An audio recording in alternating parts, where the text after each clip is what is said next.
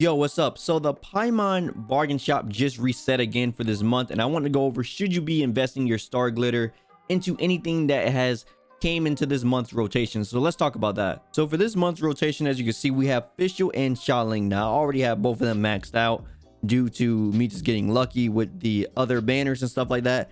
But right here we have the Black Cliff weapons back, so it seems like they're just switching out the Black Cliffs and the Royals again. Now, should you be going for anything in here? First, I want to talk about the weapons. I think the Black Cliffs are definitely better than the Royals. I will say that for sure. But I don't think these are like necessary weapons. Now, if you are really high in your crit rate and you can back this up with some crit damage, then this could be a pretty good weapon on your main DPS. This is a pretty good weapon if you have that. The only problem, the only downside is, if you're trying to use something in like Spiral Abyss or something like this does have the effect of, after defeating an opponent, that is when you're going to get one of these stacks, and the stacks are independent of each other, so you have to keep that in mind. So when you're fighting bosses, or when you're doing domains with your enemies, or have enemies that have higher HP, this weapon skill isn't really going to help you out in that aspect. Now, like I said, it does have the crit damage secondary stats, so that can help you out if you have the crit rate to back it up within other parts of your gear, your artifacts and stuff like that. So that'll be the only time I really think you should be considering a weapon like this with that in mind. Just keep the addition in mind when you're picking up one of these weapons. So the first constellation for her is going to be Gaze of the Deep, and this is basically going to allow Oz to do attacks when he is not on the field, and this is only going to work when you're using Fischl as like your main DPS, because she has to be the one attacking. Now, this is something, if you're not running her as a main DPS, this is not a constellation that you're going to want to get unless you're already past this point. Then you'll be looking at Knight Rider or Devourer's Ascend, which is going to, when you use Knight Rider, is going to deal additional 200% damage. So basically there's a summoning bonus damage you get as soon as you summon Oz. Is going to increase that damage by 200%, and you're going to get additional radius. This is okay, but it's not really something I think you should be spending your Starglitter on. Now, of course, 3 and 5 are going to be, just the standard talent level ups. Now, 4 is going to be the thing where when you use Midnight Phantasm, is going to basically deal 222% additional attack damage as electro damage to surrounding enemies, and is going to heal her a little bit. Once again, I don't think this is something that you should be using your Starglitter on like that. It's really not something that's going to be like groundbreaking for if you're using her as like a sub DPS and you're just swapping her in to do her thing or whatnot. Now, her Constellation 6, if you are on Constellation 5 and you're thinking about picking up additional Fischl, this may be the one you may be wanting to consider if you are this far along. For the other ones, if you're not this far along, I don't think it's worth to like go for it, to be honest. She is one of the best support DPS in the game, but her she works very well even without her constellation. But this one is actually pretty good.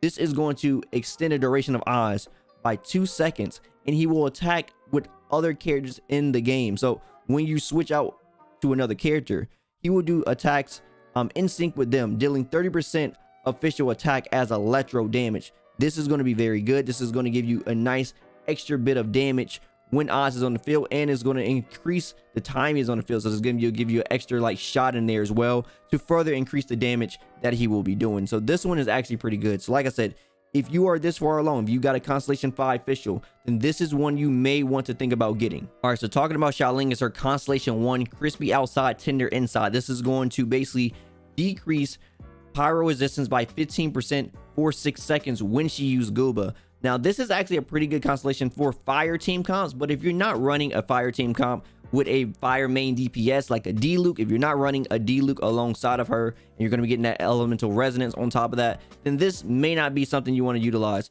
Well, as her Constellation 2, this is mainly for like a main DPS Xialing, but if you're using Xialing as your main DPS, if you are already past Constellation 1 and you want to pick up something to like, give her some extra pyro damage on her basic attacks, then you can like get this as well. But once again, I don't think it's something you should be striving for, because the Starglitter are so precious that I don't think this constellation is like something that is a must need for this character. This character works pretty really fine without it. Of course, so once again, 3 and 5 are just the talent things.